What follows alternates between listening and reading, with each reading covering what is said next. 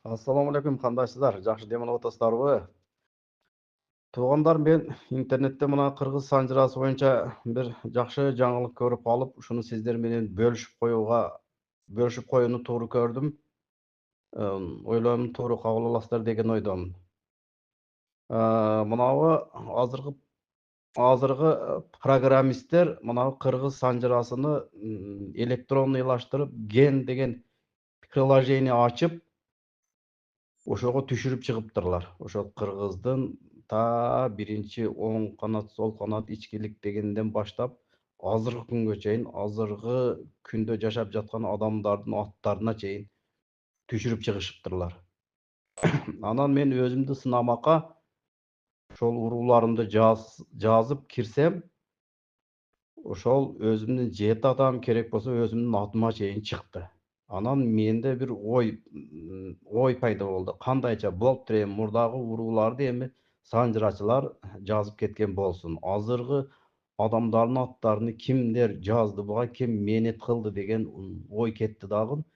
Сүрүштүрсөм, буга ушул өзүбүздүн эле акабыз, Айша атабыз, Жээнбаев Абдыламит Нурдинович Айша атабыз чоң эмгек кылыптыр буга. Бир 10 жылдан ашуун, 15 жылдай мээнет кылыптыр. Бул майдандык туугандарды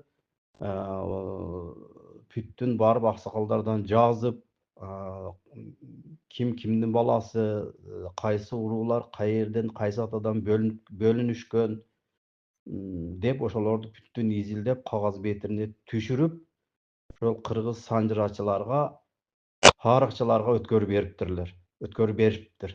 Шуну мынандагы түшүргүлө, мына жакта мындай Бөө деген эл бар, булардын келип чыгуу тарыхы мынабул деп, ушу киши ошол тарых беттерине коштуруптур ушул элди, жалпы элди.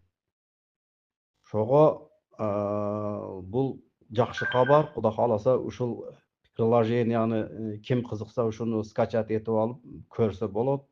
Жет аталары ким? Анан бул азыр эле эмес, биздин та кыямат кайымга чейин муундарыбыз эми ошол өзүнүн урууларын так биле алышат. Бул деген чоң жетишкендик, чоң сүйүнүч. Ошого мынабул Айша атабыз, Абдыламит Айша атабызга чоң ыраазычылык билдиребиз. Ишиңизге ийгилик болсун, Айша ата. Алла таала